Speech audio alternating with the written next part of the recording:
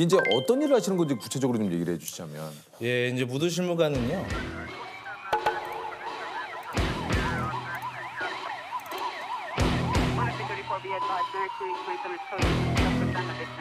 전자발찌 대상자를 실시간으로 관리하고 또 그 사람들이 사고를 칠 수가 있기 때문에 우리가 이제 범죄 예방을 위해서 보호관찰하고 2인 1조로 사투를 벌이고 있습니다. 그러니까 한마디로 24시간 밀착 감시를 하시는 거군요. 그렇죠. 네. 이게 이제 보호관찰관과 무도실무관의 차이는 뭡니까? 보호관찰관은 이제 면담을 하거나 대상자를 좀 더 심층적으로 다가갈 수 있고요. 술 드시는 거 요새는 안 드시죠? 이제 아예 끊었어요. 그 음주 제한 그 준수상 부과돼 있으셔가지고 저희 음주 측정 좀 진행하겠습니다. 예. 전자발찌를 찬 30대 남성이 거주지를 무단 이탈한 것도 모자라 술을 먹고 보호관찰관까지 폭행했는데요. 보호관찰의 업무를 보조하는 것이 원래 무도실무관입니다. 폭력이라든지 폭언이라든지 지금 하지 마세요. 그러니까 위협적인 상황을 제압을 하시는 거구나. 그렇죠. 무도로 제압하는 네. 무도실무관으로 일하신 지는 얼마나 되셨어요? 2013년도에 제가 이제 전에 그 태권도 사범을 했었어요. 그러세요? 태권도 사범을 하다 보니까 내가 태권도를 통해서 좀 사람들에게 좀 도움을 줄 수 있는 일을 좀 찾아봐야겠다. 갑자기 이제 이 보호관찰소 무도실무관을 채용한다. 그래가지고 지원하게 됐죠. 그래서 뽑히신 거군요. 이게 시험이 있을 텐데 어떤 무도실무관은 말 그대로 무도 3단 이상 자격증이 필요하고요. 뭐 합기도든 유도든. 예, 맞습니다. 예, 태권도, 검도, 유도, 합기도. 예. 그리고 출장도 가고 출동도 많이 가기 때문에 일종보통. 그 다음에 지원을 하게 되면 서류 통과 후 면접을 보고 이제 일을 할 수가 있습니다. 그리고 채용이 되는군요. 네네. 이제 우리나라에 전자발찌 부착 제도가 생긴 지가 얼마나 된 겁니까? 네, 전자발찌 부착 제도는 2006년에서 2008년도 사이에 강력범죄가 굉장히 많았어요. 연쇄살인 용의자 유영철이 살해한 여성들을 암매장한 서울 신촌의 한 야산. 신촌 전화방에서 만난 20대 여성을 한 명 더 살해한 뒤 암매장했다고 진술했습니다. 희생자는 모두 22명으로 늘어나게 됩니다. 모두 13명을 살해하고 20명에게 중상을 입힌 연쇄살인 용의자 정 씨. 피해자 가족들의 눈물이 분노로 바뀌었습니다. 하지만 정 씨는 오히려 이들을 향해 발길질을 하는 등 뉘우침의 기색은 전혀 찾아볼 수 없었습니다. 지난달 17일 초등학생을 유인해 성추행하려다 반항하자 살해한 뒤 시신을 유기한 혐의로 기소된 김 씨 부자. 시민단체들도 이에 앞서 기자회견을 열고 아동 성폭력범을 엄하게 다스려줄 것을 촉구했습니다. 네, 2008년부터 아동 범죄자들, 그리고 이제 상습적으로 성폭력을 하는 사람들을 마크해서 전자발찌를 부착하고 실시간 관리를 하는 전자감독 제도가 생긴 거죠. 아동 성폭행 사범과 상습 성폭행 범에게 채우게 될 전자발찌가 처음으로 공개됐습니다. 강제로 발찌를 벗겨낼 경우에는 중앙관제센터에 경보가 울리고 담당 보호관찰관에게 곧바로 문자 메시지가 전송됩니다. 어떤 범죄자들이 전자발찌를 차게 되는 겁니까? 전자감독 대상자들은 말 그대로 재범률이 굉장히 높은 사람들이 부착하는 거기 때문에 우리나라에 4대 범죄가 있어요. 강력범죄, 살인, 강도, 그리고 유괴, 성범죄. 이런 사람들 계속 지속 관리를 하고 있다가요. 2019년도에는 지금 교도소에서 출소하는 가석방자들 그런 사람들은 이제 모두 채우고 있고요. 그래요? 그렇군요. 그리고 이제 보증석방이라고 해가지고 전자발찌를 부착하고. 전자발찌 하나로 대상자들의 동태가 모두 파악이 됩니까? 네, 실시간으로 파악을 하고 있는데요. 전자발찌는 말 그대로 GPS가 달려 있어요. 그렇기 때문에 굉장히 가까운 데서도 그들을 확인할 수가 있고요. 전자발찌가 움직이면 속도라든지, 뭐 출입 제한이라든지, 훼손 여부라든지 모든 걸 다 확인할 수 있어요. 모든 걸 다 확인을 할 수가 있군요. 이게 발찌를 차게 되면 범위가 딱 정해져 있는 건가요? 범위는 정해져 있지 않습니다. 우리 대한민국에는 어디든지 다 다닐 수도 있고. 다 돌아다닐 수 있습니다. 대신에 뭐 준수사항이라든지 부과가 되어 그런 있으면 것들이 있겠죠. 또 가지 못하고요. 네. 준수사항은 어떤 것들이 좀 있습니까? 이제 준수사항 이제 여러 가지가 있는데 외출제는 몇 시부터 몇 시까지 집에서 외출할 수 없다라는 겁니다. 네, 이런 거 같은 경우는 밤에 범죄를 저지를 가능성이 높은 사람들. 그래서 뭐 오후 9시부터 다음 날 오전 6시까지는 외출 금지. 네, 맞습니다. 또 그리고 피해자들한테 이제 접근 금지하는 그렇죠. 방법이라든지. 네.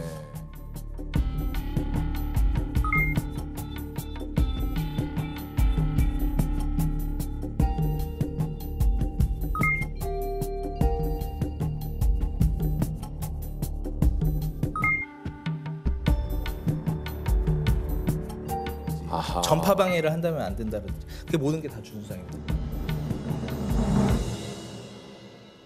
담당할 대상자들과는 언제 처음 만나시게 된 겁니까? 대상자들은요, 네. 우리가 교도소에서 먼저 만나요. 아. 네. 전자발찌는 교도소에서 먼저 부착을 한 상태에서 출소를 하거든요. 출소를 한 다음에 그 사람들 뭐 하냐면 또 보호관찰소에 와서 신고를 해야 돼요. 신고를 하고 뭐 교육을 좀 받죠. 또 전자장치라는 게 충전도 해야 되고, 예, 관리에 대한 것도 교육을 받아야 되기 때문에요. 네. 그건 이제 보호관찰 담당자가 이제 교육을 합니다. 교육을 받고 동행을 해서 집에 가서 재택장치라고 하는 기계를 설치를 해요. 이제 이건 뭐냐면 이제 집의 기가 여부 확인, 그리고 충전량이라든지 이런 걸 확인할 수 있는 기계를 집에다가 설치를 해야 됩니다. 아, 그렇군요. 네. 이게 저 현재 전국에 있는 대상자는 한 몇 명 정도가 됩니까? 4,500에서 많구나. 5,000명 정도가 지금 굉장히 많네요. 네, 차고 있습니다. 전국에 굉장히 많은 대상자들이 있잖아요. 관제센터라고 있는데 전국 대상자의 위치를 파악할 수가 있는 곳이 있습니다.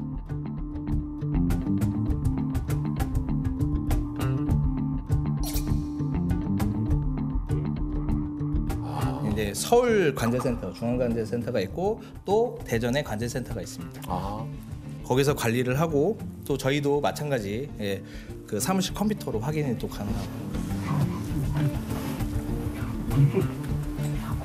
현장 가가지고 또 업무폰이 또 있어요. 그 사람들이 돌아다니는 걸 다 파악할 수 있는 거. 그 중에서 이제 실무관님이 담당하는 대상자는 대략 몇 명 정도 됩니까?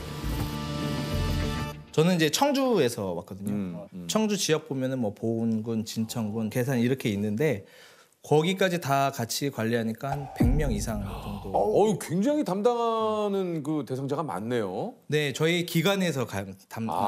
네, 기관에서. 예. 꼭 매일 100명을 만나진 않아요. 아, 그렇진 않습니다. 예, 대상자가 재범률이 가장 높은 사람들이 있고, 예, 또 낮은 사람들이 있고.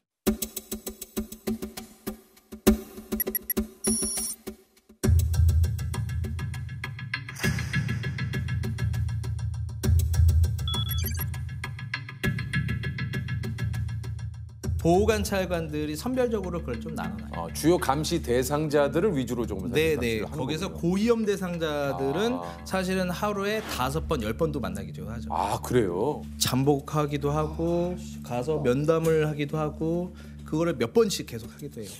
잠복을 쓰는 걸 일부러 보여줄 때도 있어요. 이렇게 항상 네. 당신을 지켜보고 있다. 지켜보고 있다. 차에서 대기하면서 너 지켜보고 있어. 조심해야 돼. 약간 이런 주시. 그리고 몰래 이제 잠복을 하면서 전화하는 것도 있어요. 아니 지금 뭐 하시는 거예요? 지금 술 먹은 것 같아 목소리가. 근데 너무 늦어지면 저희가 또 현장 출동해서 이렇게 기가 조치를 할 수 있으니까 지금 이제 움직여 주시고요. 누구랑 같이 있는데 괜히 한번 물어보는 거예요. 얘가 솔직하게 얘기하는지 아닌지를. 지켜보고 있지만. 네. 안 한다. 근데 다른 사람 만나고 있다. 그럼 바로 개입 들어가는 거예요. 불쑥 나타나는 거잖아요. 그러면 굉장히 놀래요. 또 만약에 지인들과 있다고 하면은 동생 왔어 뭐 이렇게 얘기할 때도 있어요. 갑자기 동생이 그래요? 네, 옆에 이제 사람들이 있으니까. 자기가 이제 전자발찌 차고 뭐 보호관찰을 이렇게 받고 있는 거에 대해서 주변인들한테는 그러니까 잠깐 뵈시죠. 막 해서 옆에 이야기해요. 이거 뭐예요? 그랬지. 좀 봐주세요. 막 이러는 거. 범죄를 막기 위한 방법이죠. 불고기 등지고 왼쪽 이쪽에. 그럼 여기 같은 이쪽인데? 그죠? 일단 저쪽으로 한번 치기까지 가보죠.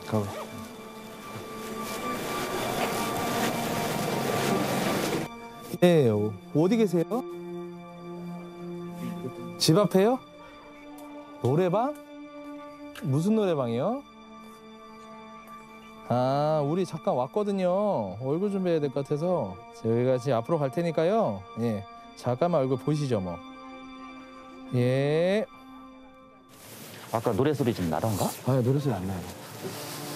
바깥에서 전화 받는 느낌인데 그 소음이 노래방 소음이 안 나요. 누구랑 계셨어요? 아, 형이라고?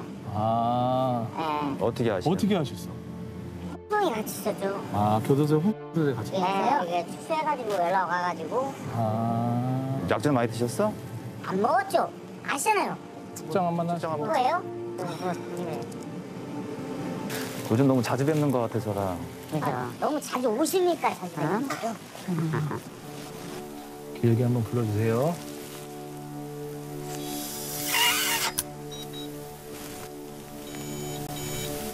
아유, 이렇게 많이 나온다고요?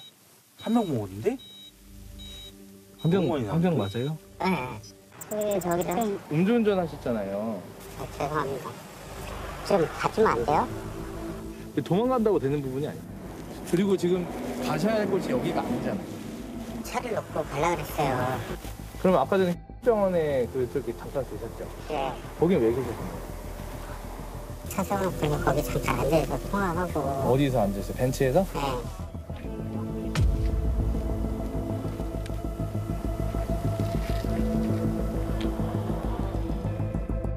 뭐 어디야 지금? 10년간 일하시면서 위험했던 적도 좀 많을 것 같은데. 요즘 술 많이 안 먹지? 이 사람들은 사회적인 어떤 불만이 또 많은 사람들이거든요. 그리고서 이제 술을 취하면 사실 사람들이 또 격해져요. 예, 그래서 뭐 면담할 때 맥주병을 들고 온다 그러던가. 예, 위협을 하기 위해서. 제가 이제 여기 이마 박치기를 한번 당한 적이 있거든요. 박치기를? 예, 얘기하다가 자기가 열받아서 이렇게 박치기를 한 거예요. 방검복이나 이런 것들은 진짜 꼭 착용을 하셔야겠네요. 실무관님이 특히 그 의심하는 대상자가 좀 따로 있다 그래요. 평상시 되게 까칠했던 사람이 갑자기 친절하게 대할 때. 예전에 제가 굉장히 티격태격했던 사람이 있었어요. 예. 우리가 이제 업무폰이 있거든요. 예, 이거는 대상자와 수시로 통화도 하고 예, 연락할 수 있는데 그쪽으로 문자가 이게 띡 하나 왔어요. 뭐라고요? 오늘 자기가 여기서 일을 하겠대요. 그래서 이제 거기에 건물 사진과 몇 시부터 몇 시까지 일한다. 그리고 주소까지 명확하게 딱 보냈어요. 근데 이 사람이 이런 사람이 아니에요. 평상시에. 좀 이상하다. 이상하다. 그러니까 이 사람이 공항 근처에서 일을 하고 있던 거예요. 네. 그래서 제가 그때 주간 근무했는데 야간근무자한테 만약에 신호가 끊기면 얘 해외로 도주했을 수 있을 것 같다. 하고 저는 퇴근했는데 1시간 있다가 연락이 왔어요. 야, 비상소집이야, 들어와. 해외로 갔어요? 해외로 도주하고 있는 중이죠. 비행기 타고 있는 중이죠. 이 사람이 베트남으로 도망갔어요. 네, 베트남. 거기도 한국 있기 때문에. 예, 영사관이 있는데 근무하시는 주재 경찰관이 계세요. 예, 저희가 이제 통화를 해가지고 지금 우리 강력범죄자가 해외로 지금 도주 중이다. 입국할 때 심사 볼 때 이거를 허가해주지 말라. 그리고 다시 대상자를 보내달라. 예. 소환시켜달라. 예. 그래서 팀을 꾸려서 우리가 공항 가서 검거했었죠. 그러니까 이게 뭔가 직감적으로 좀 일을 오래 하시다 보니까 그러니까 우리말로 좀 느낌이 쎄한 이게 있는 거죠. 네, 맞습니다.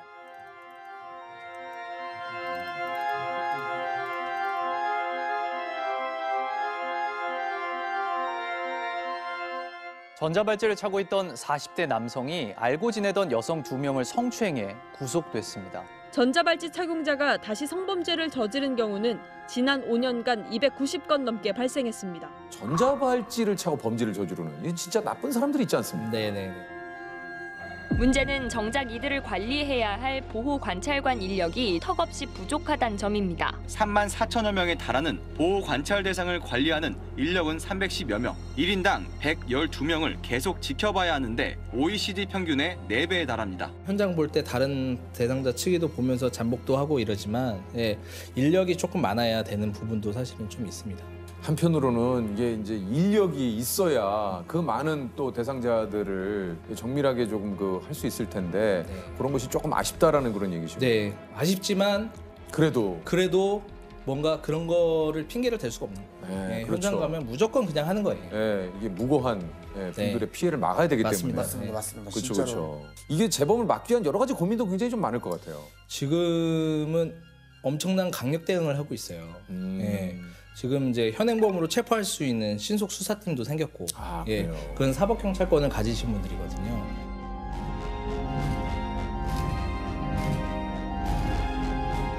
그리고 전자발찌는 CCTV 이제 통합센터랑 연결이 되어 있어요. 그래서 저쪽에 뭔가 수상한 곳이 있으면 CCTV로 연결을 해서 그쪽에 뭘 하고 있는지 파악을 또 할 수가 있습니다. 저희는 어떤 프로파일러처럼 범죄 현장을 보는 건 아니에요.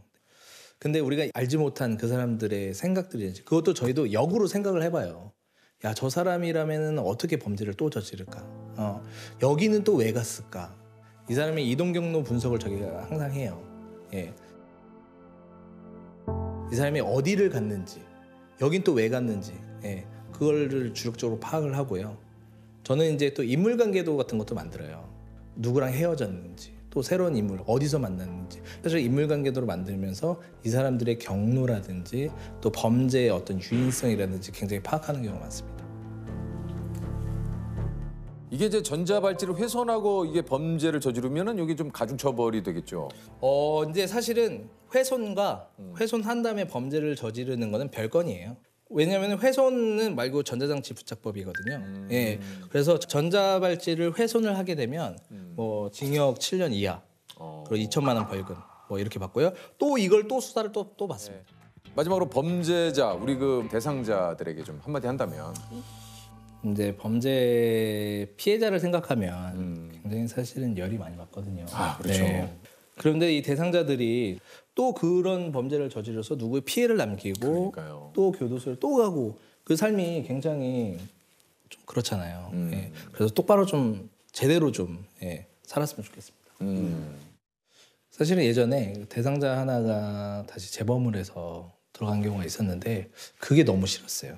또 누구의 피해자가 발생됐다는 건데 내가 그때 이렇게 생각하지 못해서 내가 아니면 그 현장에 있지 못해서 아니면은 좀 더 내가 더 강하게 아니면은 좀 뭐 세밀하게 했었어야 되는데 약간 그런 생각 때문에 뭔가 지키지 못해서 내가 책임을 다하지 않은 것 같아서 어떤 반성을 되게 많이 하는 직업이에요. 범죄를 차단하는 거는 이렇게 뚜렷하게 보이지가 않아요. 우리가 어떤 영화나 드라마에서 뭔가 어떤 범죄를 저지르고 있을 때 중간에 딱 차단하는 그 멋진 그런 것들이 아니거든요. 예. 오히려 매일매일 그 사람들은 만나고 누르고 그 감정을 추스리고 그 사람들을 파악하고 분석하고 그렇지 않습니까? 그래서 범죄를 저지르지 못하게 하는 일이기 때문에 어떤 행동이나 이런 게 뚜렷하게 보이진 않습니다. 그러다 보면은 범죄 예방이 굉장히 쉽지 않다라는 거 생각이 들어요. 그래도 절대 포기하면 안 됩니다. 포기할 수가 없는 일이거든요. 네.